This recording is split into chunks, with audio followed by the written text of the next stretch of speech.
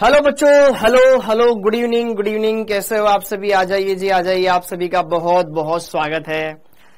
Hello जी, hello, good evening बेटा, good evening, कैसे हो आप सभी? कैसे हैं बेटा?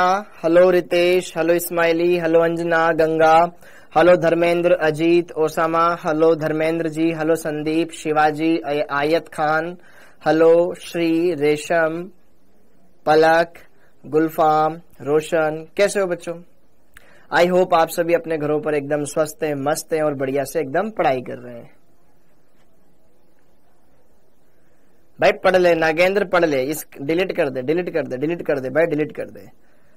ठीक है, बार बार स्पैमिंग मत करना नागेंद्र, ठीक है? स्पैमिंग मत कर। हाँ, हेलो गुड इवनिंग मंजीत, कैसे हो? हाँ जी सन्नी बेटा, आपको खुद बनाना है, ठीक है? हेलो, मैं एकदम बढ़िया हूं बेटा। प्रतिमा जी, हेलो, हैप्पी बर्थडे बेटा, हैप्पी बर्थडे। कल छुट्टी है, हम पूछ रहा हूं कल काहे की छुट्टी? नहीं है छुट्टी, डेली देखो ले लो छुट्टी छुट्टी छुट्टी छुट्टी छुट्टी, नहीं है छुट्टी। हाँ जी, आज की क्लास जल्दी खत्म होगी क्या? देखते हैं, ऐसा कुछ नहीं है। हाँ जी, हेलो। अरे भाई तेरा नाम ही कुछ लिखा हुआ है अजीब सा। हेलो नूर, हेलो सूरज, हेलो, बारिश हो रही है, वेरी गुड। हाँ जी पवन जी, गुड इवनिंग, कैसे हो? सब एकदम बढ़िया, एकदम फर्स्ट क्लास। यार अगर केमिस्ट्री के 50 क्वेश्चन और फिजिक्स के 50 क्वेश्चन करने में 3-3 घंटे लग रहे हैं बेटा, तो कोई बात नहीं, शुरुआत में टाइम लगता है क्योंकि फिजिकल केमिस्ट्री है। फिर बाद में जब इनऑर्गेनिक ऑर्गेनिक आएगी ना, तो खटाखट खटाखट क्वेश्चन बनेंगे, ठीक है? उसमें ज्यादा टाइम नहीं लगेगा। हाँ जी, ओके। तो मैं एकदम बढ़िया हूं, थोड़ा थोड़ा बढ़िया हूं यार। सिर दर्द हो रहा है आज दिन में ना, मतलब पता नहीं सिर दर्द कैसे हो रहा है। हाँ जी, परमाणु की संरचना, आज हम ये पढ़ेंगे परमाणु की संरचना का लेक्चर नंबर 8। परमाणु की संरचना का लेक्चर नंबर 8 पढ़ेंगे बेटा, और आगे बढ़ते हैं और इस टॉपिक को बढ़िया से कंप्लीट करते हैं, अच्छे से समझते हैं। भाई नागेंद्र गोस्वामी, बार बार इस चीज को स्पैमिंग मत कर, ठीक है? ओके, जहां पे तूने ये खबर पढ़ी है ना, उनसे जाके पूछ, ठीक है? ऐसा कुछ नहीं है, पढ़ाई पे ध्यान दे ले। हाँ, तो परमाणु की संरचना पर हम बात करते हैं और यहां पर सारी बातों को क्लियर करते हैं। तो परमाणु की संरचना, चलना यार,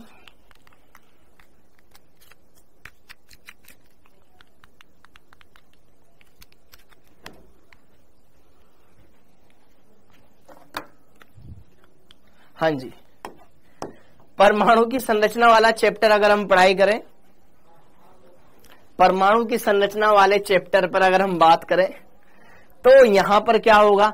इस चैप्टर के अंदर अभी तक हमने क्या क्या पढ़ लिया है वो तो रिवाइज करवाऊंगा ही करवाऊंगा, लेकिन उससे पहले यहां पर मैं आपको इस पिछले लेक्चर में क्या पढ़ा था वो ही बताऊंगा। हाँ जी, तो स्पेक्ट्रम के बारे में पढ़ेंगे और डी ब्रोगली का सिद्धांत हम देखेंगे बेटा,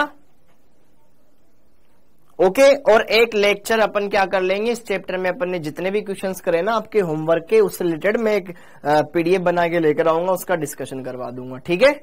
हाँ जी, ओके। टेंशन मत लो बेटा, टेंशन मत लो, चिंता मत करो। मैं हर एक लेक्चर ऐसा लेकर आऊंगा जिसमें अपन क्या करेंगे, उनको डिस्कस कर लेंगे। हाँ, स्पेक्ट्रम या डी ब्रोगली, दूसरा डी ब्रोगली का सिद्धांत क्या है, इन दोनों को हमें देखना है, बढ़िया से क्लियर करना है, हर एक बात को समझना है, उसको समझते हुए आगे बढ़ना है। ओके, टेस्ट कब होएगा बेटा? 3 हफ्ते के गैप में टेस्ट होता है, ठीक है? ओके, आई होप बाकी तो समझदार है। अब आगे बढ़ते हैं, हाँ जी, तो हमने स्पेक्ट्रम के बारे में पढ़ना है और डी ब्रोगली के सिद्धांत के बारे में पढ़ना है। तो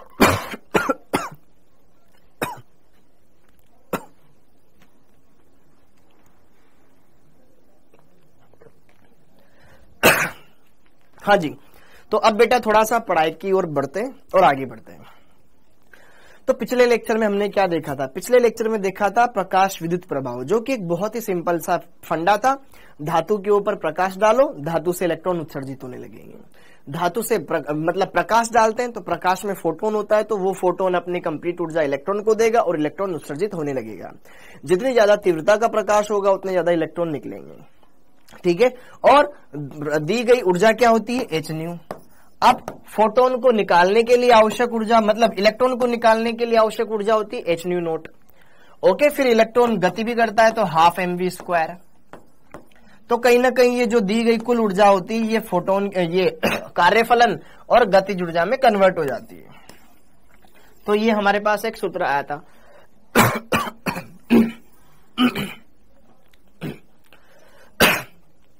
अगर हम बात करें यहां पर h न्यू नोट के मान, न्यू नोट को कहा जाता है बेटा देहली आवर्ती।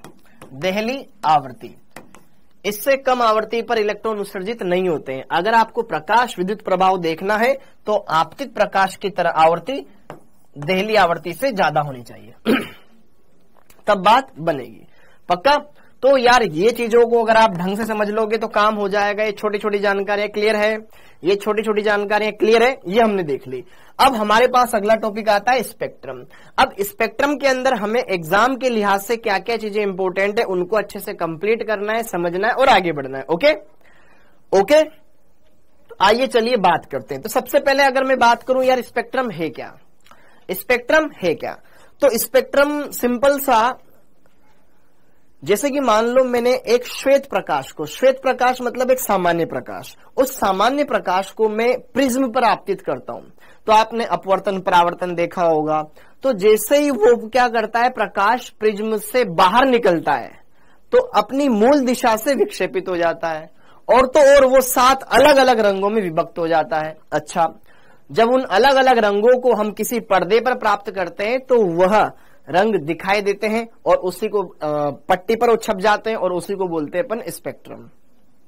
ओके, तो स्पेक्ट्रम का सिंपल सा लॉजिक ये है यार, आपने लाइट में जलाई, वो प्रिज्म से गुजरी और वो 7 अलग अलग रंगों में विभक्त हो गई, उसको पर्दे पर प्राप्त कर लो, वही स्पेक्ट्रम है, वही स्पेक्ट्रम है। ठीक है, हाँ जी।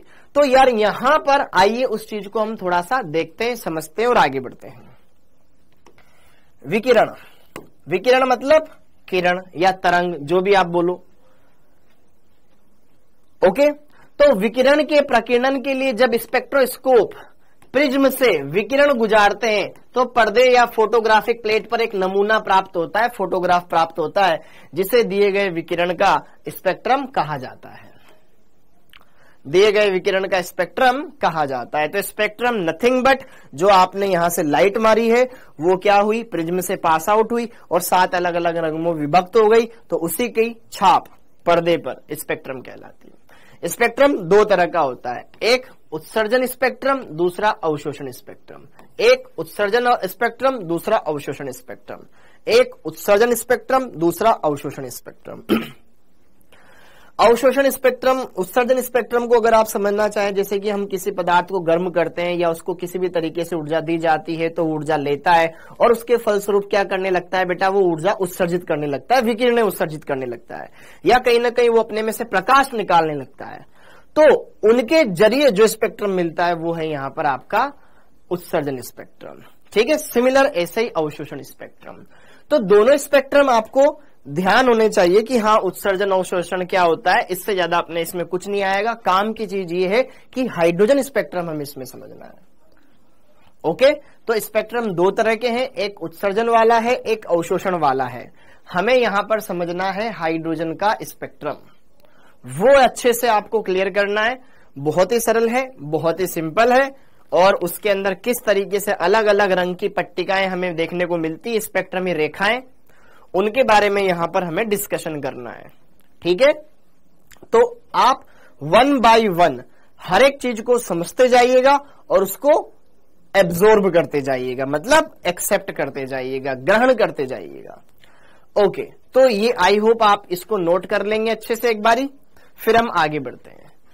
ओके, अब आता है अपने हाइड्रोजन स्पेक्ट्रम। हाँ, तो हाइड्रोजन स्पेक्ट्रम क्या है यार, हाइड्रोजन परमाणु हमने लिया, और हाइड्रोजन परमाणु मतलब हाइड्रोजन गैस है, हाइड्रोजन गैस है। हाइड्रोजन गैस को जब हम उच्च विभव इस पर आरोपित करवाते हैं या इस पर प्रकाश वगैरह डालते हैं निम्न दाब पर, तो यहां पर क्या होता है कि ये भी क्या कुछ ना कुछ कलर प्रोड्यूस करता है।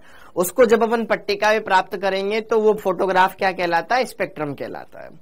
तो देखो ध्यान से, जब हाइड्रोजन परमाणुवीय गैस से निम्न दाब पर विद्युत उत्तेजन आरोपित किए जाते हैं तो एक नीले रंग का प्रकाश उत्सर्जित होता है। प्रकाश निकला, ठीक है। जब इस प्रकाश की किरण को एक प्रिज्म से गुजारते हैं, ओके, प्रिज्म से गुजारा तो चमकीली रेखाएं, इन रेखाओं को ही बोलते हैं स्पेक्ट्रमी रेखाएं, ठीक है, का एक विलगित स्पेक्ट्रम प्राप्त होता है। विलगित मतलब अलग थलग, टुकड़े टुकड़े वाला स्पेक्ट्रम प्राप्त होता है। विभिन्न रेखाओं की तरंगदैर्घ्य दृश्य क्षेत्र में, पराबैंगनी क्षेत्र में, अवरक्त क्षेत्र में होती है। मतलब जो रेखाएं मिली, स्पेक्ट्रमी रेखाएं, ये जो चमकीली रेखाएं बेटा, इन चमकीली रेखाओं को ही कहा जाता है स्पेक्ट्रमी रेखाएं। स्पेक्ट्रमी रेखाएं, ठीक है, स्पेक्ट्रमी रेखाएं, स्पेक्ट्रमी रेखाएं इन्हें कहा जाता है। बस फिर इसको समझ लो और काम बन जाएगा। हाँ, इतना हो गया। अब इन रेखाओं को विभिन्न श्रेणियों में वर्गीकृत किया गया है। अब आगे का पूरा सीन मैं समझाऊंगा। हाँ जी, ये समझ में आ गया कि यार हमने हाइड्रोजन परमाणु को लिया, उससे विकिरणें उत्सर्जित हुई और फिर वहां से कुछ प्रकाश प्राप्त हुआ। उस प्रकाश को हमने क्या किया, पर्दे प्रिज्म से गुजारा। प्रिज्म से गुजारने के बाद पर्दे पर उसका फोटोग्राफ लिया, छाप लिया, तो वहां पर कुछ अलग अलग रंग की हमें किरणें प्राप्त होती है, स्पेक्ट्रम में रेखाएं प्राप्त होती है। ये अलग अलग क्षेत्र में प्राप्त होती है, ये अलग अलग क्षेत्र में प्राप्त होती है। लाइक कुछ पराबैंगनी क्षेत्र में प्राप्त होती है, कुछ पराबैंगनी क्षेत्र में प्राप्त होती है, कुछ दृश्य में प्राप्त होती है और कुछ अवरक्त में प्राप्त होती है। ओके, तो अब यहां पर वो स्पेक्ट्रमी रेखाएं कौन कौन सी है? स्पेक्ट्रमी रेखाएं कौन कौन सी है? ठीक है, चमकीली किरणें। सबसे पहले आती है बेटा लाइमन, सबसे पहले आती है लाइमन, सबसे पहले आती है लाइमन, फिर आती है दूसरे पर बामर, लाइमन, बामर, बालमर, ठीक है, बामर बोलते इसको। फिर थर्ड पर कौन सी आती है? Paschen, Paschen. फिर आती है आपके फोर्थ पर ब्रेकेट, फोर्थ पर कौन सी आती है बेटा? Bracket, bracket. एक बार ऐसे कैसे लिखते जाओ, ब्रेकेट। फिर 5 नंबर पर आती है आपकी फुंड, और 6 नंबर पर आती है आपकी हमफ्री, हमफ्री, हमफ्री, हमफ्री। ठीक है, ये 6 स्पेक्ट्रमी रेखाएं हमें इसके अंदर देखने को मिलती है। अब इनके बारे में खोजकर्ता, मतलब इनके खोजकर्ता कौन थे? खोजकर्ता कौन थे? जो नाम है वही इनके खोजकर्ता थे, डिस्कवर्ड बाय। ठीक है, लाइमन श्रेणी के खोजकर्ता लाइमन साहब, फिर इसके खोजकर्ता बामर साहब, इसके खोजकर्ता यहां पर पास्चन, ये वैज्ञानिकों के नाम है बेटा। फिर इसके खोजकर्ता ब्रेकेट, फिर यहां पर फुंड, और फिर ये हमफ्री। हाँ जी, अब इतनी बात हमें पता चल गई। अब अगली बात आती है इनका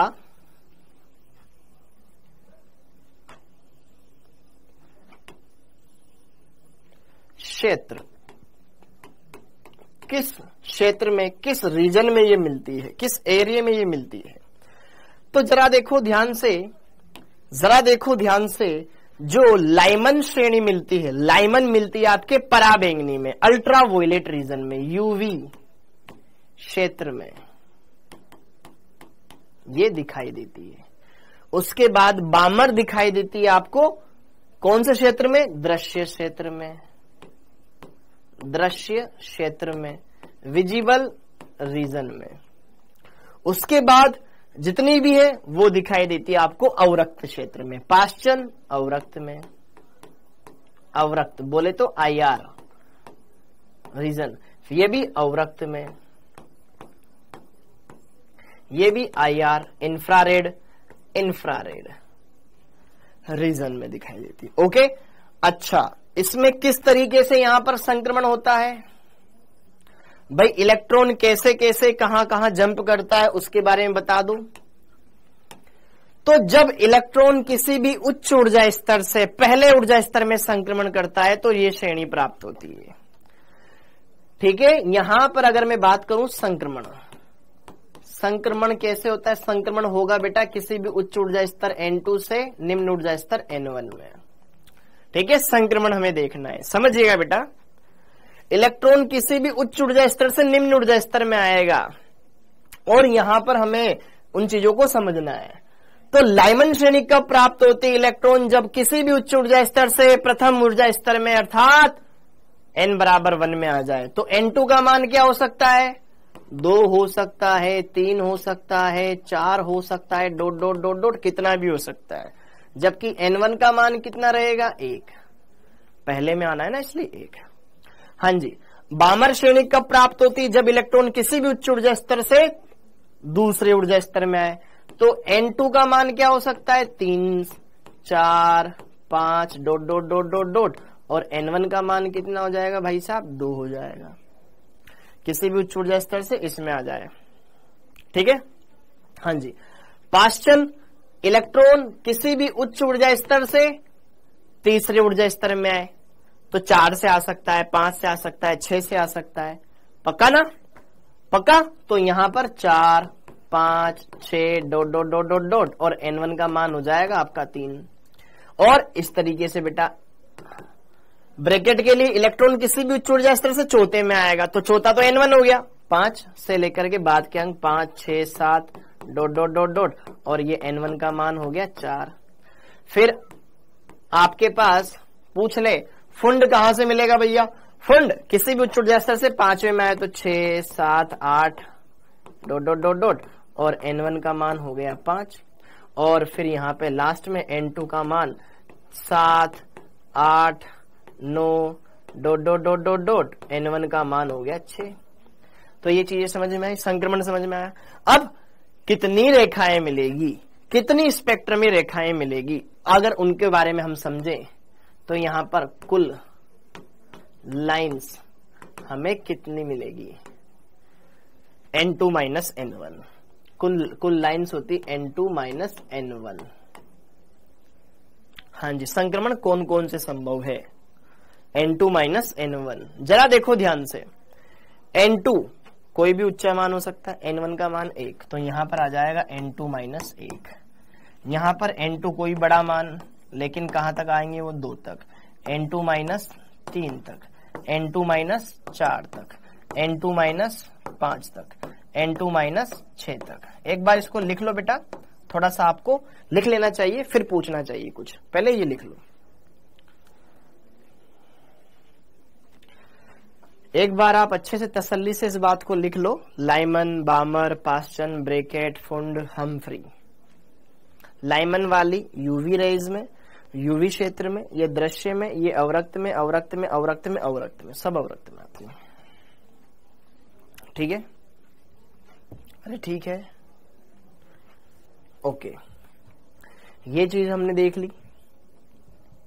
एक बार अच्छे से आप नोट डाउन कर ले बेटा, इसको साथ के साथ कर रहे हैं तो बढ़िया बात है, नहीं कर रहे हैं तो कर ले। ओके, इसको आराम से आप लर्न कर सकते हो, कोई इतना बड़ा झोल इसमें नहीं है। लाइमन 6 तो है, लाइमन के बाद बामर, बामर के बाद पाश्चन, पाश्चन के बाद ब्रैकेट, ब्रैकेट के बाद फुंड, फुंड के बाद हम्फ्री। अपने 6 दोस्तों के नाम रख दो, खत्म बात।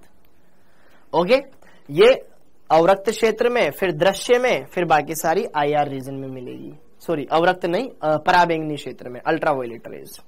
ओके, इतना डन है, काफी है। अब आगे बढ़ते हैं, नोट कर लेना क्योंकि सारी चीजें सिंपल सिंपल है। अब आगे बढ़ते हैं,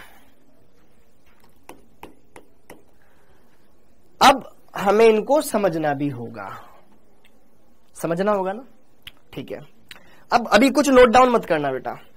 ये मेरा नाभिक है, ये पहला n बराबर 1, ये दूसरा n बराबर 2, फिर ये तीसरा n बराबर 3, फिर ये चौथा n बराबर 4, ये फिर पांचवा n बराबर 5, फिर ये n बराबर 6, क्या आपको पता है पहले और दूसरे के बीच में ऊर्जा अंतराल ज्यादा होता है। -13.6 इलेक्ट्रॉन वोल्ट पहले कोश की होती है, अगर मैं हाइड्रोजन की बात करूं तो दूसरे कोश की होती है -3.4 इलेक्ट्रॉन वोल्ट। तो इनके बीच में एनर्जी गैप लगभग 10 के लगभग होता है, 10 इलेक्ट्रॉन वोल्ट, 10.2। अगले वाले को देखोगे तो आप -1.51 आता है, 1.51 आता है। देखो एनर्जी गैप घट गया, इनका अंतराल लगभग 0.5 का आएगा। यहाँ 1.5 का, यहाँ 10 का, इसलिए ज्यादा गैप, फिर यहाँ कम, फिर यहाँ कम, फिर यहाँ कम, फिर यहाँ कम। समझ में आ रहा है? तो अब जरा देखो ध्यान से, मैंने आपको क्या बोला, लाइमन श्रेणी। जब इलेक्ट्रॉन किसी भी उच्च ऊर्जा स्तर से पहले ऊर्जा स्तर में आएगा तो दूसरे से पहले में आ सकता है, तीसरे से पहले में आ सकता है, चौथे से पहले में आ सकता है, पांचवे से आ सकता है, छठे से आ सकता है। तो जो स्पेक्ट्रम में रेखाएं मिलेगी यह कौन सी श्रेणी बनाएगी, लाइमन श्रेणी बनाएगी। समझ में आया? बस अभी आप समझो। और जब इलेक्ट्रॉन किसी भी उच्च ऊर्जा स्तर से, जैसे कि तीसरे से आ जाए, चौथे से आ जाए, दूसरे में ऐसे आ जाए, तो जो श्रेणी बनेगी उसको बोलेंगे अपन बामर श्रेणी। तो कहीं ना कहीं आपके दिमाग में ये चीजें चलनी चाहिए कि यार ये चीजें क्या हो रही है। अच्छा, अगली बात क्या बोल रहा हूं मैं, जैसे कि देखो यहां पर ये लाइमन श्रेणी है, तो लाइमन श्रेणी की पहली रेखा ये रही, ये दूसरी है, ये तीसरी है, ये चौथी है, ये अंतिम है मान लो। तो ये है प्रथम रेखा और ये है अंतिम रेखा। लिखना नहीं है बेटा कुछ, ये है अंतिम रेखा। हाँ, अब अगली बात, यार जब इलेक्ट्रॉन यहां से लेकर के यहां आ रहा है तो हमें पता है बेटा उच्च ऊर्जा स्तर का ऊर्जा अंतराल माइनस निम्न ऊर्जा स्तर का ऊर्जा अंतराल, मतलब उच्च ऊर्जा स्तर की ऊर्जा माइनस निम्न ऊर्जा स्तर की ऊर्जा। हम कुछ ना कुछ सूत्र लगाते हैं और एक सूत्र हमारे पास ये भी होता है एच न्यू, हाँ या ना, या फिर एच सी अपॉन लेमड़ा। तो अगर मैं बोलूं डेल्टा ई बराबर क्या आ गया मेरे पास, एच सी अपॉन लेमड़ा। तो हमें पता है ऊर्जा और लेमड़ा में तो संबंध व्युत्क्रमानुपाती का होता है। थोड़ा सा समझना बस, ऊर्जा और इन दोनों में तो संबंध व्युत्क्रमानुपाती का है, अर्थात जिसमें ऊर्जा अंतराल ज्यादा होगा, जिसमें ऊर्जा अंतराल ज्यादा होगा उसका लेमड़ा कम होगा। मतलब अगर डेल्टा ई का मान मैक्सिमम होगा तो उसके लिए लेमड़ा का मान मिनिमम होगा, यस और नो। और अगर ऊर्जा अंतराल मिनिमम है तो लेमड़ा का मान मैक्सिमम होगा, यस और नो। तो अब मैं तुम्हें बेसिक सी चीज पूछना चाह रहा हूं, यार ये अगल बगल वाले कोश है, दूसरे से पहले में आया, ऊर्जा अंतराल इतना रहेगा, और अगर तीसरे से यहां तक आ रहा है ऊर्जा अंतराल इतना रहेगा। तो यहां कम ऊर्जा अंतराल है इसके तुलना में, तो जब यहां से लेकर यहां तक ऊर्जा अंतराल कम है तो क्या पहली रेखा के लिए ऊर्जा अंतराल कम होगा, तो क्या उसके लिए लेमड़ा मैक्सिमम आएगी। छोटी छोटी जानकारियां मैं पूछना चाह रहा हूं, हाँ या ना। और अगर ये अंतिम रेखा है तो यहां से इलेक्ट्रॉन को फांद के यहां आना है, मतलब डेल्टा ई का मान बहुत ज्यादा है, ऊर्जा अंतराल इतना ज्यादा है। ऊर्जा अंतराल बढ़ गया तो लेमड़ा घट गया, उसके लिए लेमड़ा मिनिमम होगा। तो ये दो रिश्ते आपको समझ में आना चाहिए कि अगर मुझे ऊर्जा अंतराल मैक्सिमम पूछा गया है तो मैं अंतिम रेखा की बात करूंगा। समझ में आया क्या? समझ में आया क्या? और अगर मेरे को यह बोला गया है कि लेमड़ा मैक्सिमम ज्ञात करो तो मैं पहली रेखा की बात करूंगा, लेमड़ा मैक्सिमम पहली रेखा, ठीक है। तो अब कोटा वाली फील आ रही है बेटा, कोटा की स्पेलिंग सही लिख पहले तो, ठीक है, ओके। अब चलिए यहां पर उन चीजों को अपन समझ लेते हैं, ठीक है। कहां गया? ये रहा वो डायग्राम, ये रहा वो डायग्राम। समझ में आया बेटा? ये डायग्राम समझ में आ रहा है आपको? ये डायग्राम समझ में आ रहा है आपको?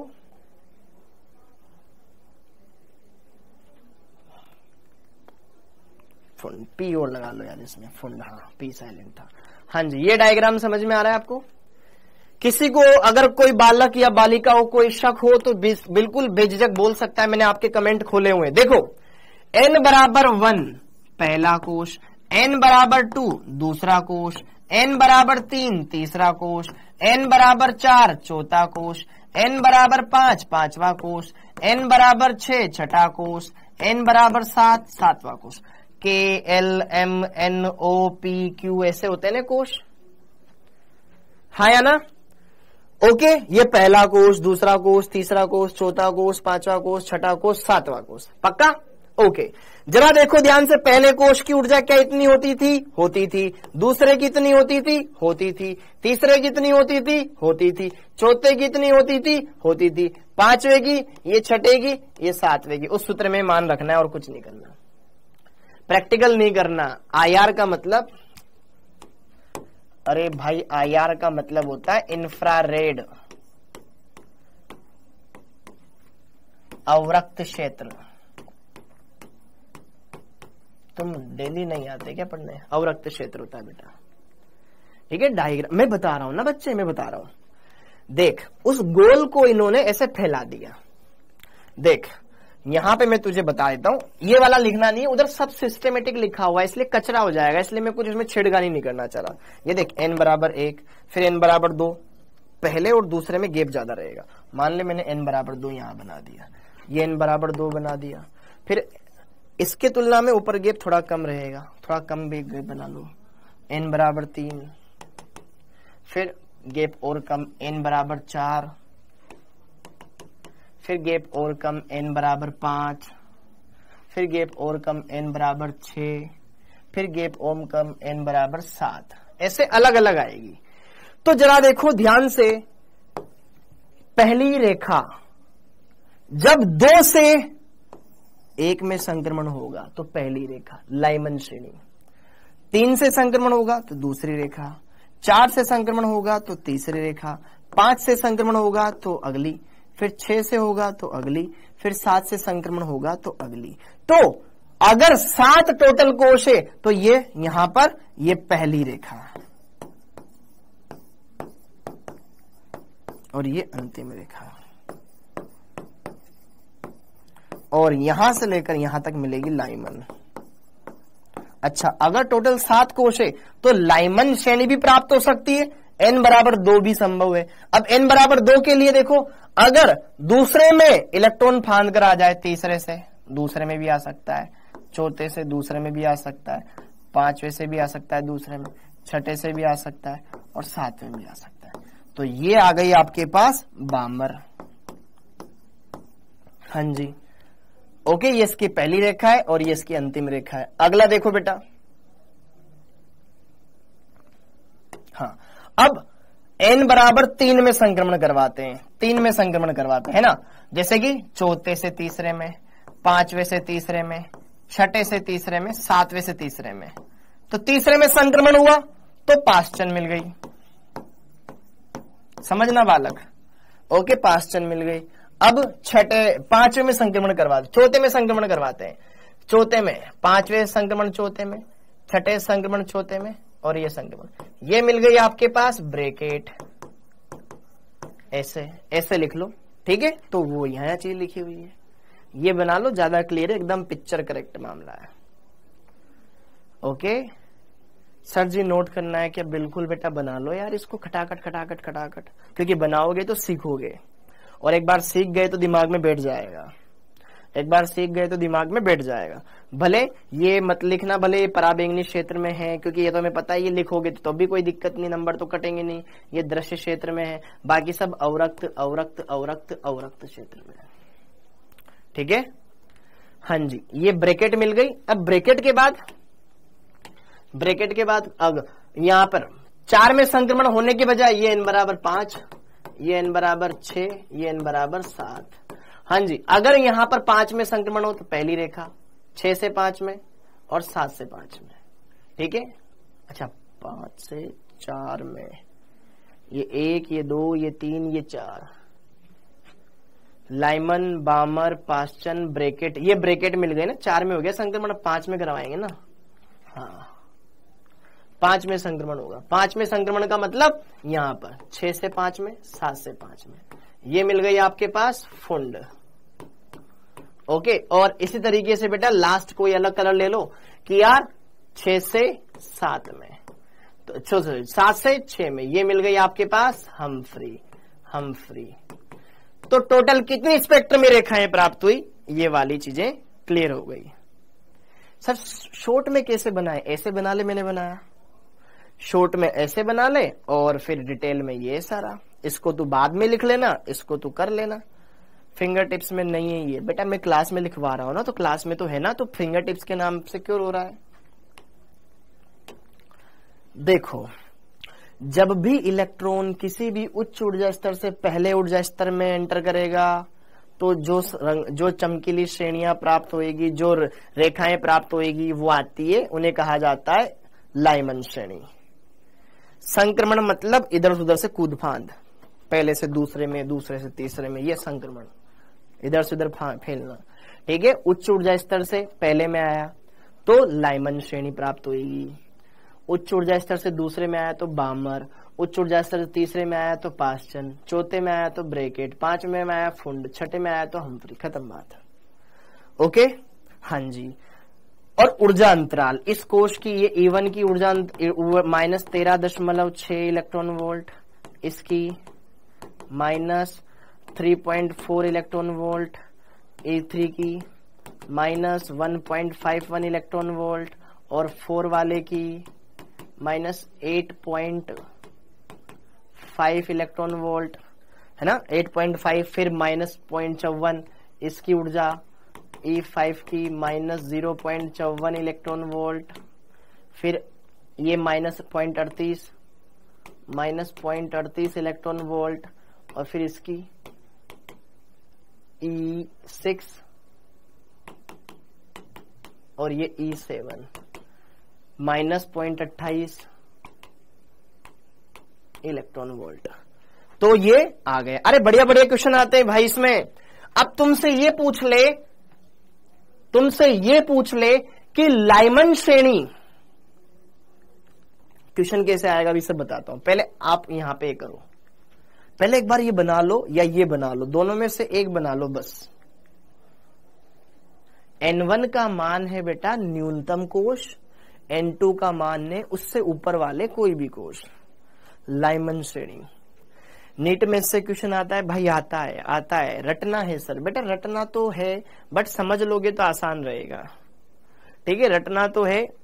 ये ऊर्जाएं कहां से आई, पढ़े नहीं हो सूत्र, -13.6 इंटू Z²/N², उससे आया है ये कहां से आई, लिखवाया है ना वहां पे, मेरा नाम ले लो सर। भाई कैसा बालक है, पढ़ते टाइम ऐसी बातें कर रहा है। ओके, अब आगे बढ़ते हैं, बस हो गया, तुमसे ज्यादा बातें कर लो तो सिर पे चढ़ जाते हो तुम फिर। हाँ, तो ये डायग्राम तुम्हें सब कुछ चीजें क्लियर करवाएगा। अब इस डायग्राम में मैंने जैसे कि तुम्हें कुछ चीजें बताई, कुछ चीजें क्या थी अभी वो उनको हम देख लेंगे। ये डायग्राम पक्का है, पक्का है गुरुजी। ये उसके लिए थोड़ा सा मैंने आपकी हेल्प के लिए बता दिया। अब चूंकि हम दो चीजें जानते हैं बेटा, पहली बात तो ये जानते हैं चूंकि डेल्टा ई ऊर्जा अंतराल रहेगा ना दो अलग अलग कोशों का, दो अलग अलग संक्रमणों के लिए, तो hc/λ होता है, ये सूत्र हम जानते हैं। तो यहां से हमें ये क्लियर मेंशन मिल रहा है कि डेल्टा ई और लेमड़ा एक दूसरे के व्युत्क्रमानुपाती होते हैं। अर्थात डेल्टा ई अगर ऊर्जा अंतराल बढ़ेगा तो लेमड़ा घटेगा। अब इसको लिख लो, ठीक है। इसका मतलब ये है कि अगर डेल्टा ई का मान मैक्सिमम होगा, अगर ऊर्जा अंतराल सबसे ज्यादा है, तो लेमड़ा का मान मिनिमम प्राप्त होएगा। और यदि डेल्टा ई ऊर्जा अंतराल बेटा कैसा है, मिनिमम है, ओहो, तो वहां पर लेमड़ा का मान मैक्सिमम आएगा। समझ में आया? तो lambda maximum, lambda maximum, lambda minimum, ये चीजें पक्की हो जानी चाहिए। अगर आपसे बोले किसी भी श्रेणी की पहली रेखा, जरा देखो ध्यान से, ये पहली रेखा, ये दूसरी रेखा, ये तीसरी, ये चौथी, ये पांचवी, ये छठी। अगर मेरे को टोटल N1 से लेकर के N7 तक दे रखा है, मतलब N बराबर 1 से लेकर के N बराबर 7 तक के कोश दे रखे हैं, तो क्या क्या संक्रमण संभव है? 7 तो ये, फिर 6 इसमें, फिर 5 इसमें, फिर 4 इसमें, फिर 3 इसमें, 2 इसमें, 1 इसमें, ऐसे। तो टोटल कितनी स्पेक्ट्रमी रेखाएं प्राप्त होगी? क्वेश्चन बनते हैं भैया यहां पे इतने, भाई फिर एक एक कम करते जाओ, एक एक कम करते जाओ। टोटल 7 कोश है, तो 7, फिर 6, फिर 5, फिर 4, फिर 3, फिर 2, फिर 1। देखो ये 1 संक्रमण, फिर 2 संक्रमण, फिर 3, फिर 4, फिर 5, फिर 6। टोटल ऐसे 6 स्पेक्ट्रम में रेखाएं प्राप्त हुई। 6 लाइमन में, 5 बामर में मिलेगी, 4 यहां मिलेगी, फिर 3 यहां, फिर 2 यहां, फिर 1 यहां। ऐसे क्वेश्चंस बनते हैं बेटा। टोटल काउंट कर लेंगे, कुल स्पेक्ट्रम में रेखाएं आ जाएगी। समझ पा रहे हो मेरी बातों को, भावनाओं को समझ पा रहे हो? तो पहले तो आपने इतना लिख लिया, ये बहुत काफी है, बहुत अच्छा लगा मुझे ये। हाँ जी, तो इतना तो आपको आना ही आना चाहिए। अब अगली बात, हाँ जी, अगर आपको बोला जाए जैसे कि कुछ उदाहरण बोल रहा हूं मैं, ठीक है ना?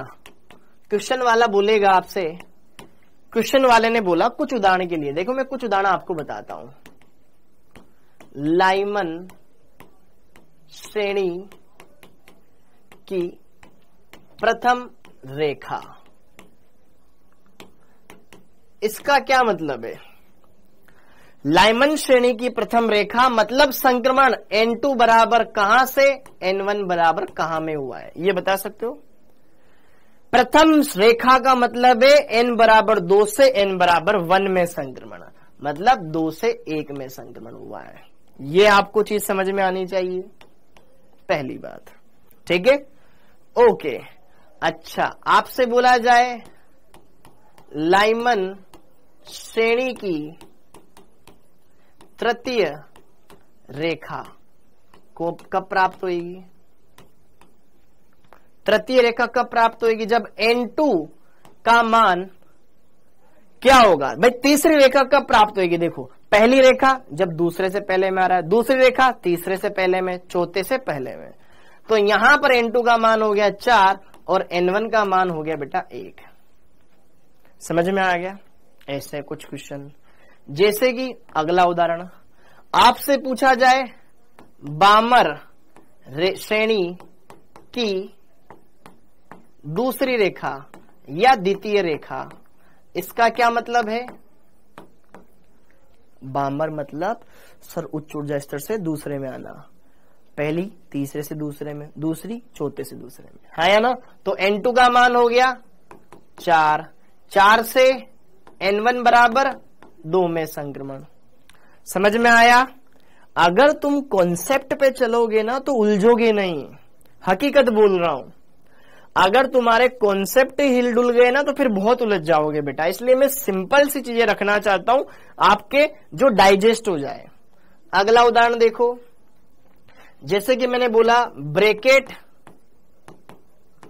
की तीसरी रेखा, ब्रैकेट की तीसरी रेखा, तो ब्रैकेट N बराबर 4 में पहली लाइमन, फिर दूसरी बामर, तीसरी पास्टन, चौथी ब्रैकेट, तो N1 का मान हो गया 4। 5 से 4 में पहली, 6 से 4 में दूसरी, 7 से 4 में तीसरी, तो N2 का मान हो गया 7। ये समझ में आया कि नहीं आया? ये समझ में आया कि नहीं आया? ये समझ में आया कि नहीं आया? ये समझ में आया कि नहीं आया? बोलो बच्चों।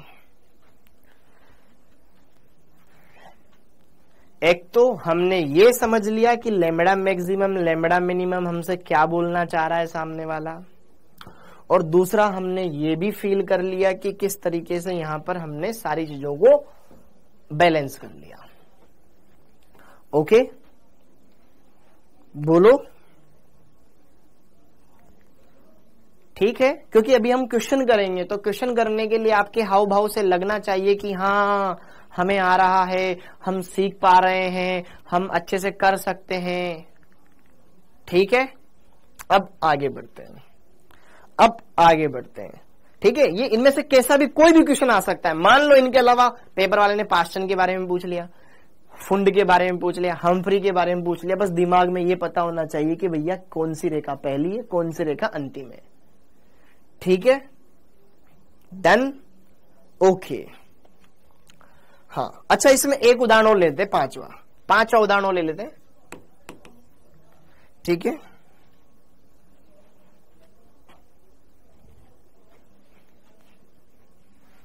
यदि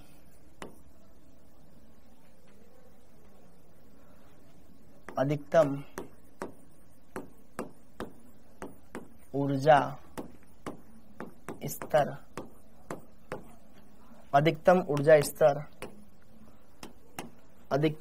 स्तर 5 हो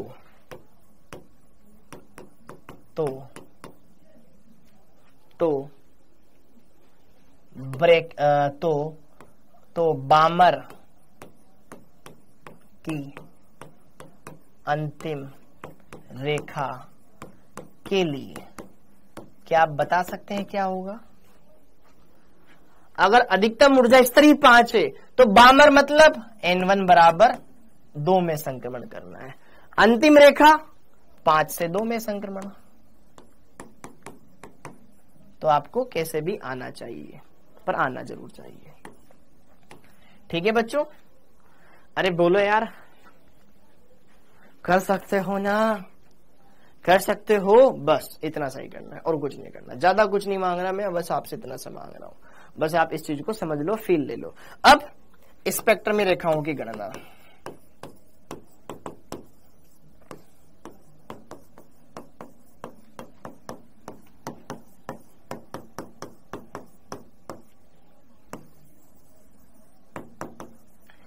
कितनी स्पेक्ट्रमी रेखाएं मिलेगी? कितनी स्पेक्ट्रमी रेखाएं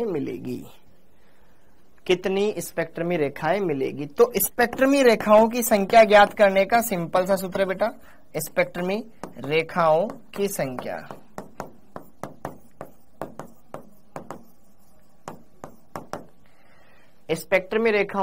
ज्ञात करने का सिंपल सूत्र है बेटा, N2 माइनस N1 गुणा N2 माइनस N1 प्लस 1/2। ये सिंपल सा सूत्र है, कोई बड़ा नहीं है, आराम से कर सकते हो।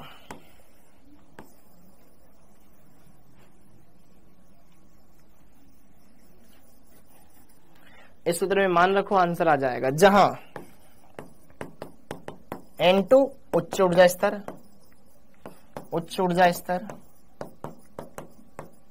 और N1 निम्न ऊर्जा स्तर, उच्च ऊर्जा स्तर और N1 निम्न ऊर्जा स्तर। पक्का? ओके, करो, नोट डाउन करो बेटा इसको फटाफट से, उच्च ऊर्जा स्तर और निम्न ऊर्जा स्तर। हाँ जी, उच्च ऊर्जा स्तर और निम्न ऊर्जा स्तर।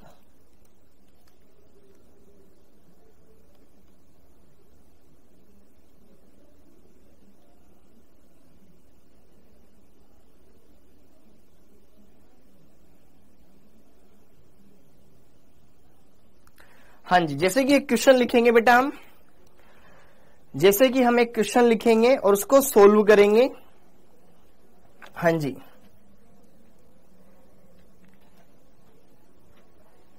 ठीक है, सिंपल सा सूत्र है, कुछ नहीं करना है, बस सूत्र में मान रखना है। जैसे कि एक क्वेश्चन लिखो, इसको बाद में करेंगे।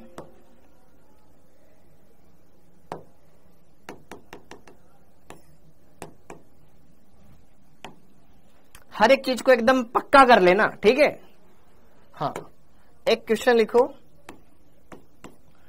कि यार हाइड्रोजन स्पेक्ट्रम में यदि हाइड्रोजन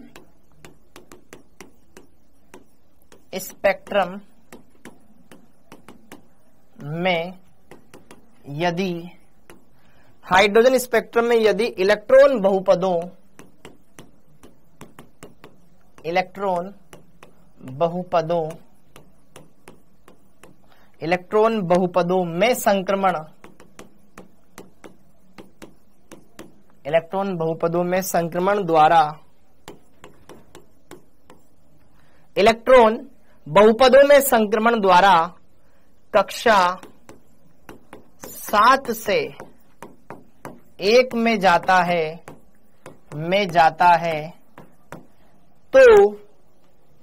तो स्पेक्ट्रम में रेखाओं की संख्या ज्ञात करो, रेखाओं की संख्या ज्ञात करो, की संख्या ज्ञात करो। इस क्वेश्चन को आपको सोल्व करना है। तो यार हमने हाइड्रोजन का एक स्पेक्ट्रम देखा, उसमें क्या हो रहा है कि इलेक्ट्रॉन बहुपदों में संक्रमण द्वारा कक्षा 7 से 1 में आता है। भाई अलग अलग तरह के वो संक्रमण दर्शाता है, बस उसको 1 में जाना है। तो मतलब वहां पे क्या क्या चीजें हैं जो पॉसिबल हो सकती है, इलेक्ट्रॉन किस किस तरीके से आ सकता है, टुकड़े में आ सकता है या डायरेक्ट आ सकता है। अब जरा देखो ध्यान से, इस क्वेश्चन को करना बहुत आसान है, निकाल लोगे। बस आपको ये समझना है कि 7 से 1 में आ रहा है, या तो डायरेक्ट ही आ जाए या फिर टुकड़े टुकड़े में आए। भाई 7 से पहले 2 में आ जाए, या फिर 7 से पहले 5 में आए, फिर 4 में आए, फिर 3 में आए, 2 में आए, ऐसे ऐसे टुकड़ों में आए। तो टोटल कितनी रेखाएं दिखेगी वो आपको बोल रहा है। अगर डायरेक्ट ही आ जाता है तो फिर लाइमन श्रेणी मिलेगी, फिर पहले 2 में कूदता है अलग अलग जगहों से आकर के, फिर बामर मिलेगी, फिर पास्चन मिलेगी, ब्रैकेट मिलेगी, फुंड मिलेगी, हम्फ्री मिलेगी। पहले वो 7 से 6 में आए, हम्फ्री मिल जाएगी, 7 से 6 में, फिर मतलब टुकड़े टुकड़े में आ रहा है।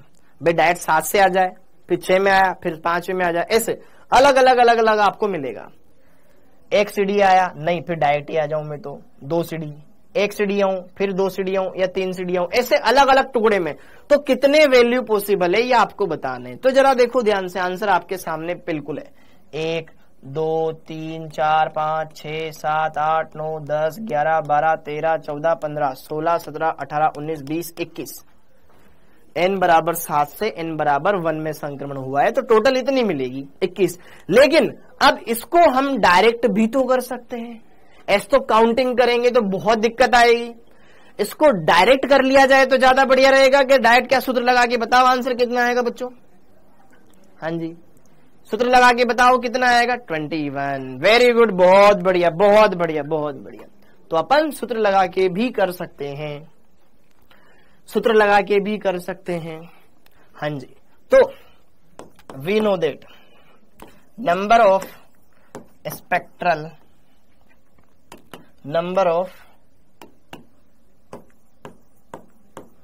स्पेक्ट्रल लाइंस कैलकुलेट करने का फॉर्मूला होता है n2 माइनस n1 गुणा n2 माइनस n1 प्लस 1 बटे 2।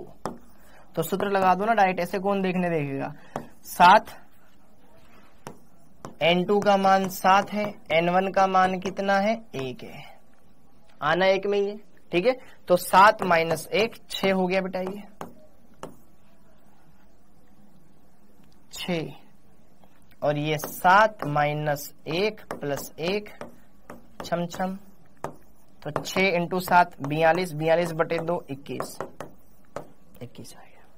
तो आप डायरेक्ट भी अच्छे तरीके से सोल्व कर सकते हो। तो ये वाली चीज हो गई, ये वाली चीज हो गई, हाँ या ना?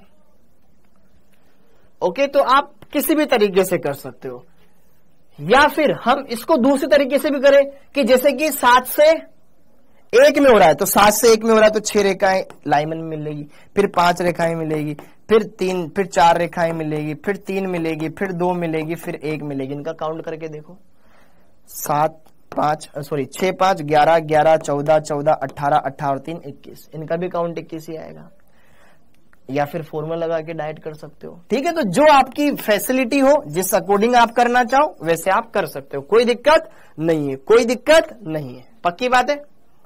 ओके, तो ये चीजें हमने देख ली, बढ़िया से क्लियर कर ली। अब थोड़ा सा आगे बढ़ते हैं, यार जो हमें अलग अलग स्पेक्ट्रम में रेखाएं आ रही, जैसे कि आगे एक क्वेश्चन है, हाइड्रोजन स्पेक्ट्रम में बामर श्रेणी की प्रथम रेखा की तरंग दैर्घ्य ज्ञात करो। अब तरंग धैर्य ज्ञात करो, तो तरंग धैर्य से संबंधित हमें एक सूत्र पढ़ना पड़ेगा, उस सूत्र में मान वान रखेंगे और फिर इन चीजों को सोल्व करेंगे। ठीक है, तो यार अब हम स्पेक्ट्रमी रेखा के संबंधित एक सूत्र पढ़ने वाले हैं।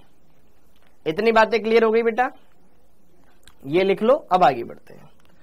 हाँ जी, अब लिखो आप रिडबर्ग सूत्र।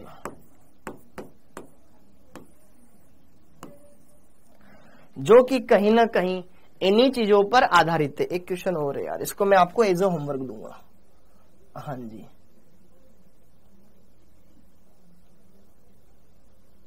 कहां गया?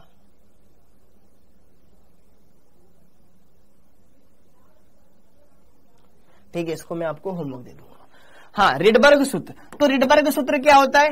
रिडबर्ग सूत्र जो स्पेक्ट्रम में रेखाएं होती है उनकी तरंग धैर्य या तरंग संख्या से रिलेटेड एक फॉर्मूला होता है जो हमें बताया जाता है। और वो सूत्र क्या है बेटा? न्यू बार बराबर, न्यू बार बोले तो तरंग संख्या, ये क्या होता है? Are Z square 1/n1 square minus 1/n2 square. इस सूत्र में मान रखेंगे, आंसर मिलेगा। ठीक है, न्यू बार, या थोड़ा सा इसमें मैं आपको वेरिएशन भी कर दूं, न्यू बार बोलो या 1/λ बोलो, बात ये की, बस इतना सा करना है। ये सूत्र लगाओ, आंसर पाओ। जहां न्यू बार तरंग संख्या है, ठीक है, लेमड़ा जानते ही हो तरंग धैर्य है, ओके, n1 निम्न ऊर्जा स्तर है, निम्न कोश या निम्न कक्षा, n2 उच्च कोश या उच्च कक्षा, और r है गैस नियतांक नहीं है, r है बेटा रिडबर्ग सूत्र, रिडबर्ग नियतांक, r है आपका रिडबर्ग नियतांक, r है आपका रिडबर्ग नियतांक, आर है आपका रिडबर्ग नियतांक। और इस रिडबर्ग नियतांक का मान क्या होता है? जरा मैं यहां पे लिख देता हूं। अगर आपको आर की जरूरत पड़े तो आर का मान होता है 109 और यहां पर 700 सेंटीमीटर इनवर्स। ये हम लेते हैं इसका लगभग में मान, वरना तो 109 678 ऐसे कुछ समथिंग इसकी वैल्यू होती है। हाँ एग्जैक्ट, ये तो आप आर का मान ऐसे ले लो, या तो ये ले लो, या ये तो आर का मान, लेकिन हमें क्वेश्चंस में कभी ना कभी सहूलियत के लिए कुछ और भी वैल्यूज लेनी पड़ती है, अडॉप्ट करनी पड़ती है। आइए चलिए यहां पर उनके बारे में बात करें। 1/r हो तो इसका मान होता है 112 एंगस्ट्रॉम, 112 एंगस्ट्रॉम, एंगस्ट्रॉम के पदों में इस तरीके से, या अगर मैं सेंटीमीटर के पदों में लिखना चाहूं तो 9.12 गुणा 10 की घात -6 सेंटीमीटर। ओके, एंगस्ट्रॉम में बदलेंगे, एंगस्ट्रॉम में 10 की घात -8 सेंटीमीटर हो जाएगा, 2 अंक आगे किसका लिया, दशमलव कम हो गया, ये अलग अलग मान हो गए। तो यह अलग अलग मान आपको ध्यान में रखने हैं। सेंटीमीटर इनवर्स में आर का मान इतना है, 1/r का मान इतना है, थोड़ा कैलकुलेशन आसान हो जाती है 1/r से, ये ध्यान रखना है। हाँ जी, अब कुछ क्वेश्चंस लगाते हैं।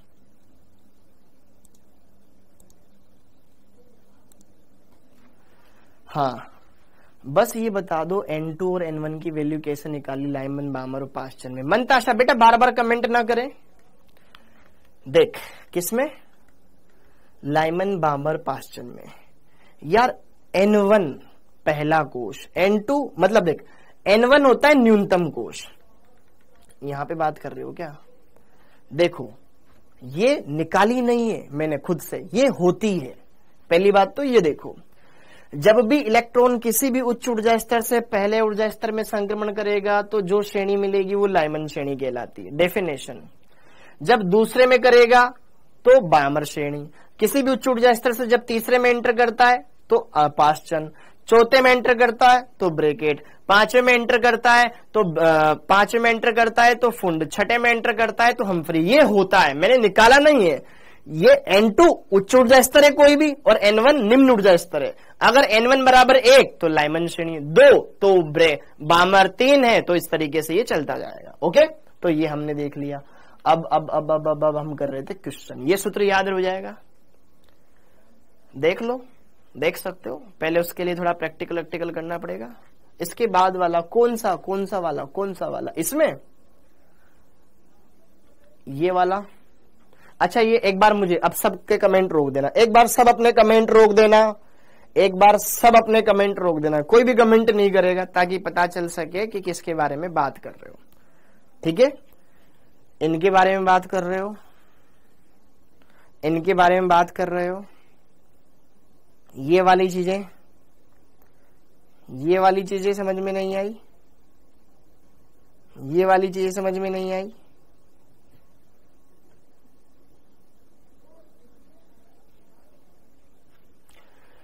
लाइमन की प्रथम रेखा, अरे बालको, प्रथम रेखा मतलब पहली रेखा। पहली रेखा कौन सी है? जब यहां से यहां पे संक्रमण हो रहा है तो n बराबर 1 में संक्रमण हो रहा है 2 से, तो 2 से 1 में संक्रमण होगा तो पहली रेखा मिलेगी ना। ठीक है, तो n1 का मान 1 हो गया, n2 का मान 2 हो गया ना। लाइमन की तृतीय रेखा देखो, तीसरी रेखा, ये पहली, ये दूसरी, ये तीसरी रेखा कहां से आ रही है? यहां से आ रही है। n बराबर 4 से n बराबर 1 में, तो 4 से 1 में आ गई। बामर की द्वितीय रेखा, बामर ये पहली रेखा, ये द्वितीय रेखा कहां से आ रही है? यहां से 4 से 2 में आ रही है। क्या 4 से 2 में आ रही है? सही बात है। बामर की द्वितीय रेखा, तृतीय रेखा देख ले, बामर की तृतीय रेखा, तृतीय बोला है क्या? तृतीय बोला है। अच्छा, बामर की तृतीय रेखा, पहली, दूसरी, तीसरी कहां से आ रही है? यहां से 5 से। बामर की तृतीय, अच्छा हाँ, बामर की तृतीय सही तो है।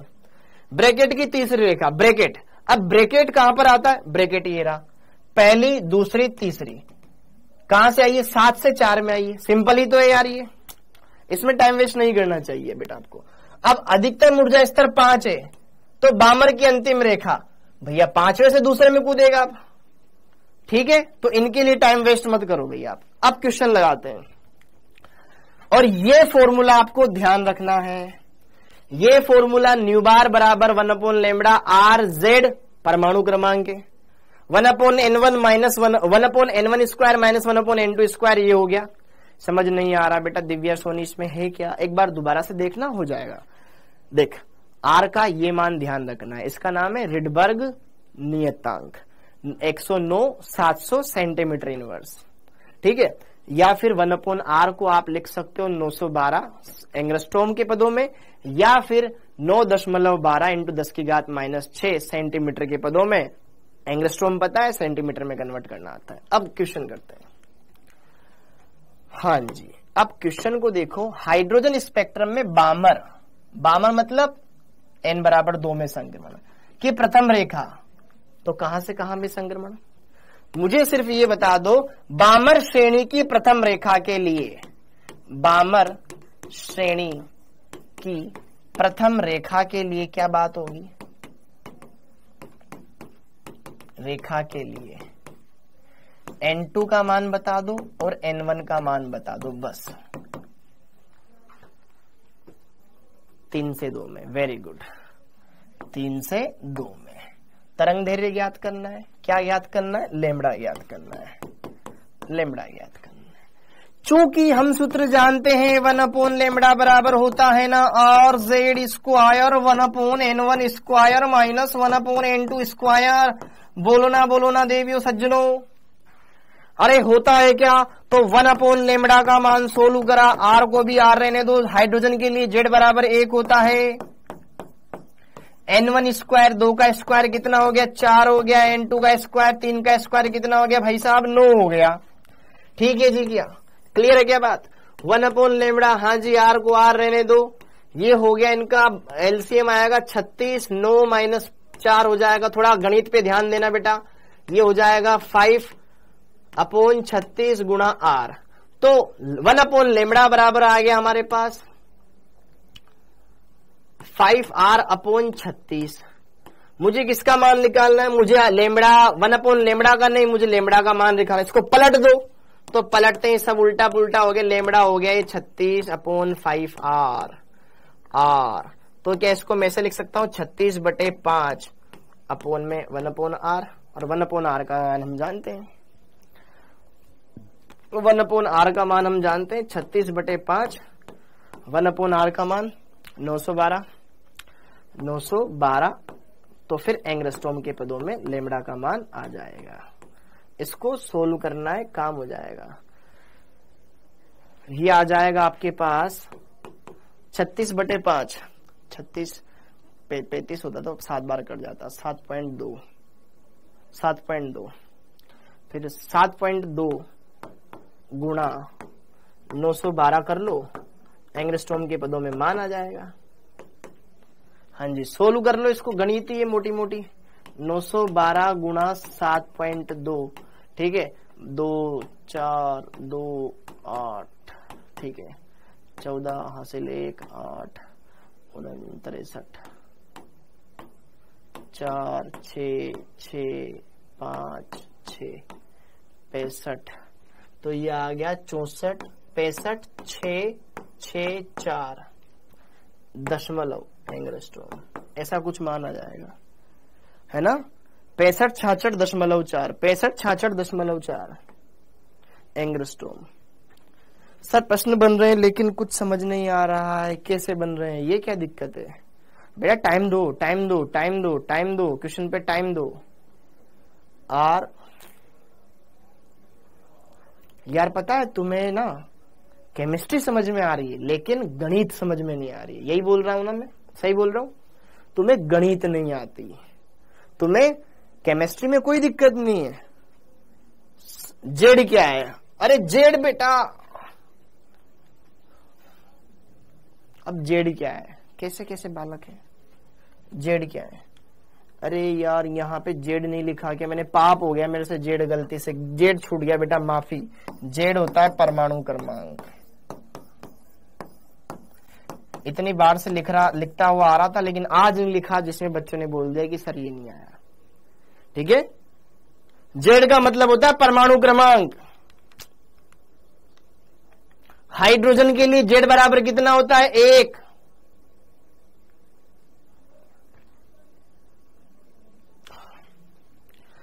हाँ जी, जरा देखो ध्यान से, यहां पर हमने ये सोल्व किया, ये आया, उसको पलट दिया, ये हो गया 36/5 आर, बटे में आर, तो मैंने 36/5 इस 1/r को अलग से लिख दिया, और 1/r का मान मैं जानता हूं, 1/r बराबर कितना होता है? 912।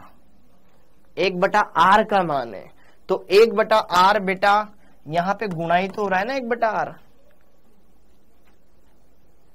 हाँ या ना? ठीक है, ऐसे होएगा। जेड एटॉमिक मास नहीं होता बेटे, शालिनी यार।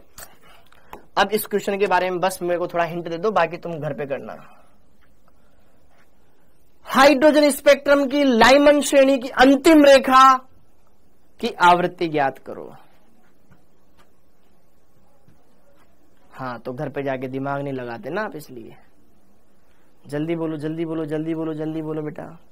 सर मैथ समझ में आती बट केमिस्ट्री नहीं आती। अरे तुमसे मैथ्स नहीं होती इसलिए केमिस्ट्री में तुम दिक्कत दे रहे हो। 7 से 1 में कैसे बेटा? 7 से 1 में कैसे? 7 का क्या सीन है बेटा? 7 से 1 में क्यों? 7 से 1 में क्यों? बहुत सारे बच्चे बोल रहे हैं कि सर लाइमन रेखा की अंतिम रेखा मतलब 7 से 1। अरे बालकों, किसने बोला कि किसी परमाणु के नाभिक के चारों ओर सिर्फ 7 ही कोश हैं? वो तो हमने उसमें 7 ही लिखा है। देखो इतना रटते हो यार तुम, कितना रटते हो, इतना मत रटा करो। देखो कितना रटते हो, तुमने तो यही रट लिया कि सर 7 तो मतलब 7 ही होते हैं, उससे ज्यादा नहीं होते। अरे परमाणु के चारों ओर कितने भी कोश हो सकते हैं, डॉट डॉट डॉट डॉट करके छोड़ता हूं कि नहीं छोड़ता हूं मैं, कितने भी हो सकते हैं भाई, 7 ही थोड़ी ना होता है। देखो इतना रटते हो तुम, इतना मत रटा करो भाई, इतना मत रटा करो, क्या करोगे? ठीक है, पहला दूसरा तीसरा चौथा पांचवा dot dot dot dot dot dot dot dot अनंत तक लेके जाता हूं कि नहीं लेके जाता हूं मैं? अनंत तक लेके जाता हूं ना, n बराबर अनंत। अगर अनंत कोश है तो अंतिम रेखा कब मिलेगी? जब अनंत से इलेक्ट्रॉन n बराबर 1 में आएगा, हाँ या ना? Very good. तो यार अंतिम रेखा का मतलब है, यार अब बताओ कैसे सिलेबस आगे बढ़ाए जल्दी जल्दी। n2 बराबर अनंत और n1 बराबर 1। तो पहले क्या ज्ञात करोगे? पहले तुम लेमड़ा ज्ञात करोगे, फिर लेमड़ा मिल गया तो फिर आवृत्ति ज्ञात करोगे। कर लोगे? कर लोगे? पहले तुम लेमड़ा ज्ञात करोगे, 1/r बराबर सूत्र 1 लेमड़ा बराबर सूत्र लगाओगे, 1 लेमड़ा बराबर r z square 1/n1 square minus 1/n2 square. यहां से क्या मिलेगा? लेमड़ा मिलेगा। फिर क्या करोगे? आवृत्ति निकालना है, तो सूत्र जानते हो ना, c बराबर न्यू लेमड़ा। c क्या होता है? प्रकाश का वेग। न्यू क्या होती है? आवृत्ति। लेमड़ा क्या होता है? तरंग दैर्घ्य। c किस में आता है? ये मीटर प्रति सेकंड में। कोशिश करना इसको सेंटीमीटर में कन्वर्ट कर लो। सेंटीमीटर में कन्वर्ट करोगे, क्यों? क्योंकि यहां पे लेमड़ा है। देखो ध्यान से, अगर मान लो मुझे c का मान सेंटीमीटर प्रति सेकंड में रखना है, तो क्या मुझे यहां पर लेमड़ा का मान भी सेंटीमीटर में ज्ञात करना पड़ेगा? तो क्या मुझे r का मान सेंटीमीटर में रखना पड़ेगा? हाँ, तो जो सेंटीमीटर वाला मान है वो रख सकते हो, जैसे कि ये रख सकते हो या 1/r करके वो रख सकते हो। ये मत रखना एंगस्ट्रॉम वाला, ठीक है? सर हाइड्रोजन स्पेक्ट्रम के लिए z बराबर हमेशा एक ही होगा क्या? बेटा मैं आपका फोटो खींचूंगा, है ना? क्या हाइड्रोजन स्पेक्ट्रम के लिए z बराबर हमेशा एक ही होगा क्या?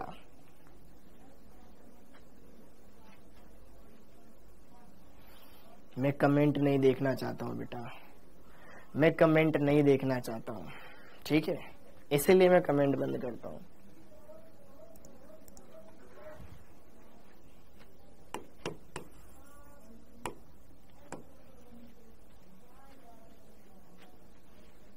बेटा पैसे ले जाओ वापस, पैसे ले जाओ वापस। अरे किसी भी परमाणु के लिए उसका परमाणु क्रमांक सदैव फिक्स होता है, चाहे उसके साथ तुम कुछ भी करो। डे 1 से पढ़ते आ रहे ना यार, परमाणु क्रमांक z वो तो फिक्स ही रहता है बेटा, चाहे हाइड्रोजन के लिए निकालो चाहे किसी के लिए भी निकालो, ठीक है?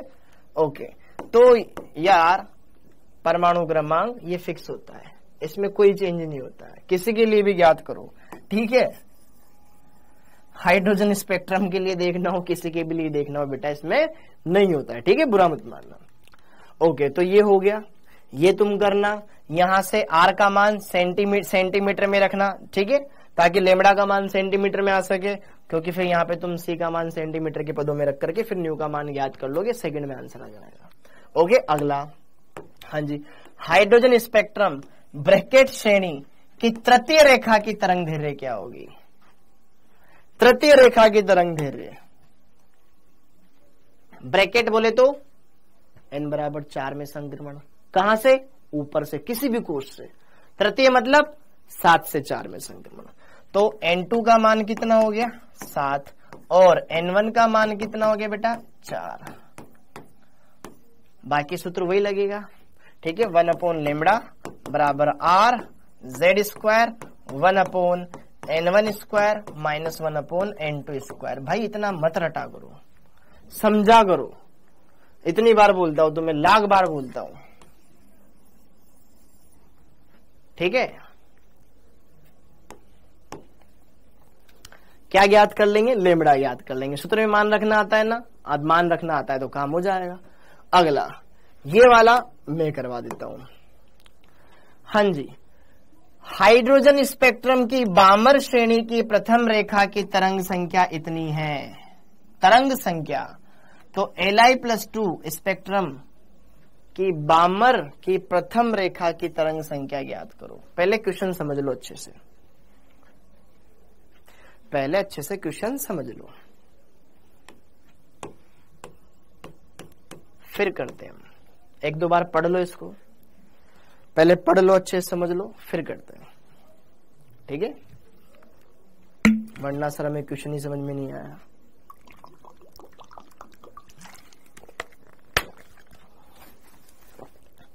हाँ, अगर मैं बात करूं बेटा हाइड्रोजन स्पेक्ट्रम की बामर श्रेणी, प्रथम रेखा मतलब बामर दूसरे नंबर पे आती तो तीसरे से दूसरे में संक्रमण हो रहा है, उसके लिए न्यू बार का मान दे रखा है। तो दिया है, सबसे पहले तो दिया है, क्या दिया है, हाइड्रोजन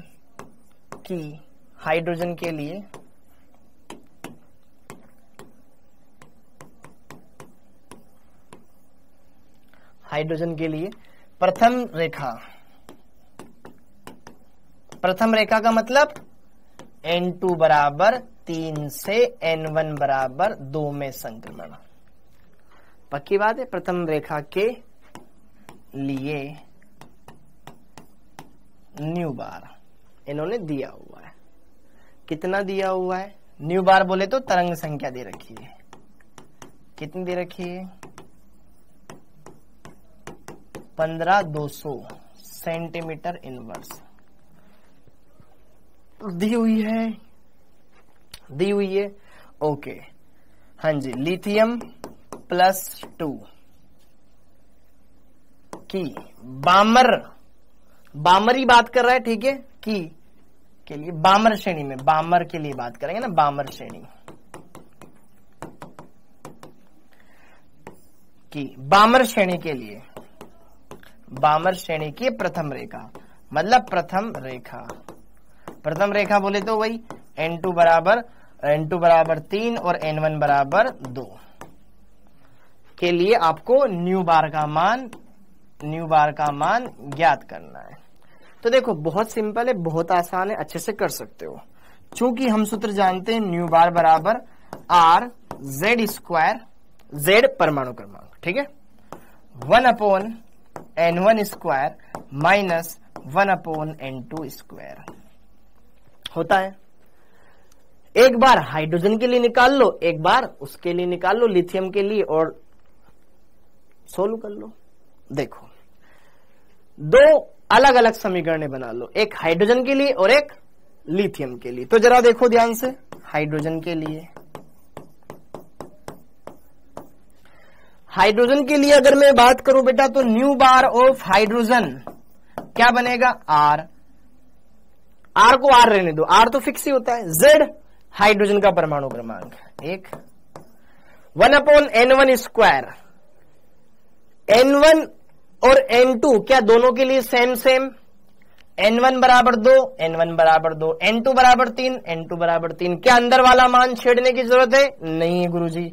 1/N1² माइनस 1/N2², ये पहले के लिए लिख दिया, ठीक है। इस तरीके से लिथियम +2 के लिए, बहुत ही सरल क्वेश्चन है बेटा ये, बस तुम्हें आराम से समझ में आ जाए इसलिए मैं इतना तरीके से कर रहा हूं।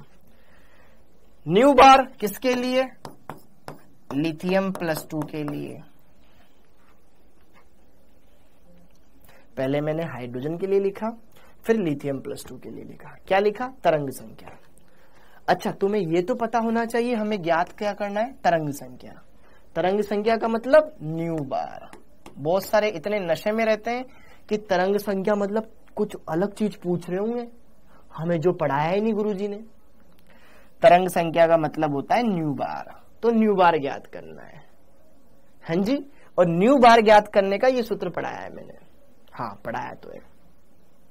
तो एक बार हाइड्रोजन के लिए देखा, एक बार इसके लिए देखो, आर का मान आर ही रहने दो। लिथियम का परमाणु क्रमांक कितना होता है? 3, तो यहां पे 3 का वर्ग आएगा। 1/N1² minus 1/N2²। इसको बोल दो समीकरण नंबर 1, इसको बोल दो समीकरण नंबर 2। 1 में 2 का भाग लगा दो। क्या बोलो? 1 में 2 का भाग लगा दो, काम हो जाएगा। तो समीकरण 1/2 से, तो new bar of hydrogen upon new bar of lithium 2+ बरोबर R, Z का मान 1 हो ही चुका, 1/N1² माइनस 1/N2²। हाँ जी, 3 का वर्ग 9 हो जाएगा क्या, 9r 1/n1 square minus 1/n2 square, क्या बोलो ना, बोलो ना। तो क्या r से r छम छम, बिल्कुल। ये वाला मान तो सेम ही है दोनों के लिए, छम छम। तो क्या बचा, लिथियम। मुझे इसका मान ज्ञात करना है, ये दे रखा है। तो न्यू बार ऑफ लिथियम +2 बराबर 9 गुणा न्यू बार ऑफ हाइड्रोजन आ जाएगा। 9 गुणा 15,200 दे रखा है, गुणा कर लो, 2 0 18 हासिल लगा, 1 45 और 1 46, 46 4 13, यह आ गया न्यू बार ऑफ लिथियम। कितना आया, इतना न्यू बार का मान 1/λ मतलब सेंटीमीटर इनवर्स। देख लो, कर सकते थे, एक बार देख लो और कोई डाउट हो तो पूछ लो। हाँ जी, 136800 136800 कर सकते हो, आराम से कर सकते थे। इतना टाइम नहीं लगता है बेटा, बस वो तो इस तरीके से कि आपको अच्छे समझ में आ सके, आप कर सको। कुछ नहीं करना था, ये समीकरण जानते हो, एक बार हाइड्रोजन के लिए लिखो, एक बार लिथियम +2 के लिए लिखो, ओके, और सॉर्ट हो जाता था खटाखट खटाखट खटाखट। ठीक है, ये हो गया। तो कहीं ना कहीं आप इस टॉपिक में अच्छे से पारंगत हो चुके हो। तो यार स्पेक्ट्रम वाला पोर्शन आप अब निकाल सकते हो बढ़िया से, स्पेक्ट्रम वाला पोर्शन आप निकाल सकते हो बढ़िया से। बोलो सर, N2 N1 समझ में आ गया सर, मान R के भी।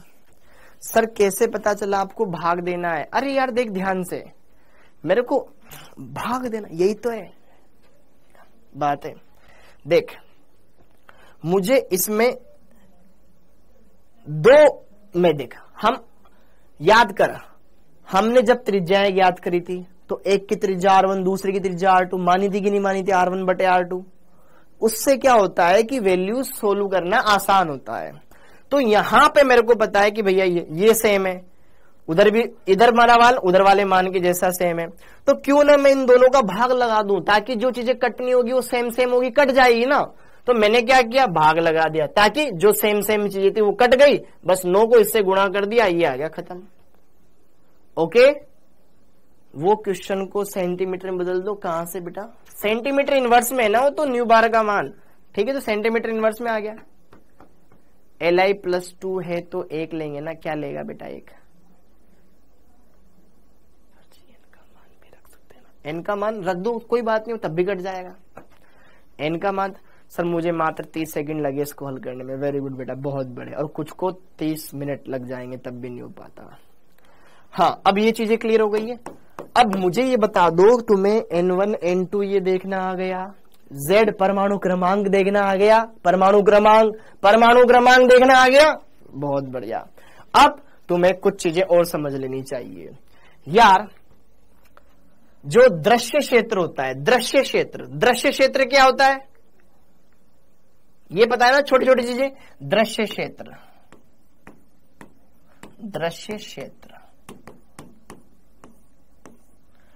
दृश्य क्षेत्र में जो तरंगदैर्घ्यों की प्रयास होती है वो आपको क्या फील हो गई थी बेटा?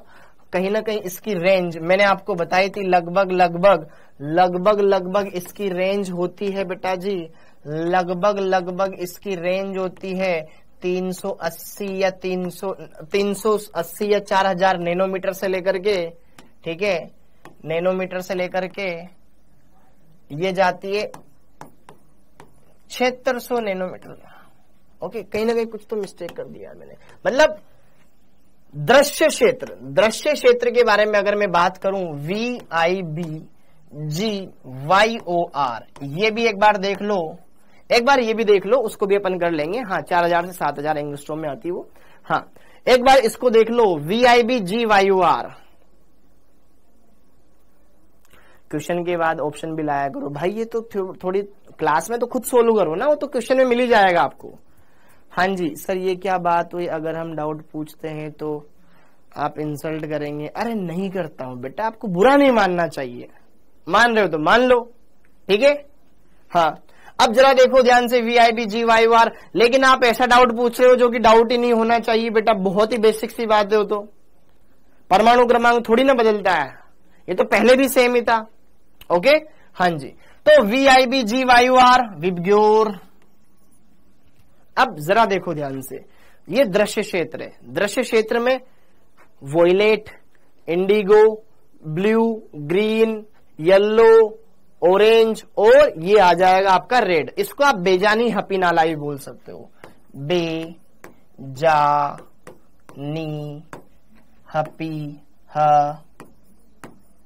हपी नाला, बेजानी हपी नाला, बेजानी हपी नाला, बेजानी हपी नाला। अरे मेरे दिमाग में पिछले वाले क्वेश्चन की वैल्यू चल रही थी, बेजानी हपी नाला। तो इसमें कहीं ना कहीं इस चीज को हमें समझना है। तो आपको मैं एक बात बता देता हूं कि इधर से उधर चलने पर बाएं से दाएं चलते हैं तो लेमड़ा बढ़ता जाता है। फिजिक्स में भी आएगा तुम्हारे लिए, लेमड़ा बढ़ता जाएगा, और लेमड़ा बढ़ता है तो ऊर्जा घटती जाएगी। यस और नो? अगर हम इधर से उधर चलते हैं तो लेमड़ा बढ़ता जाता है, Li2+, अरे कुछ भी हो, परमाणु पर धनावेश हो या ऋणावेश हो, जेड थोड़ी ना बदलता है यार। आज का मेरा लेक्चर देखो यूट्यूब वाला, ठीक है? ओके, तो ध्यान रखिएगा, तो ध्यान रखिएगा, इन सारी छोटी छोटी जानकारियों को आप अच्छे से क्लियर करके रखिएगा, हर एक बात को अच्छे से समझिएगा। अच्छा टाइम हो गया, टाइम तो मेरे को ध्यान है।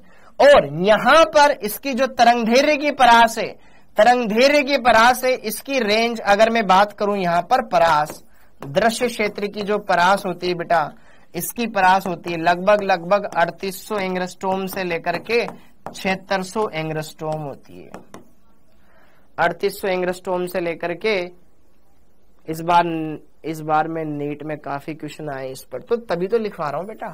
काफी कितने क्वेश्चन आए? एक क्वेश्चन आया है, एक साल में एक बार ही होती नीट। ओके, तो ये परास ध्यान रखिएगा, ये दृश्य क्षेत्र ध्यान रखिएगा, अलग अलग रंग वाला ये कॉन्सेप्ट ध्यान रखिएगा ताकि आपको ये क्लियर हो जाए। ओके, ये डन हो गया। अब इसके बाद आता है आपके पास अगला टॉपिक जो कि है इलेक्ट्रॉन की द्वैत प्रकृति। बढ़िया टॉपिक है, मस्त टॉपिक है, और उसमें से क्वेश्चंस आने के चांस है इस साल, उसमें से क्वेश्चंस चांस आने के चांस है इस साल।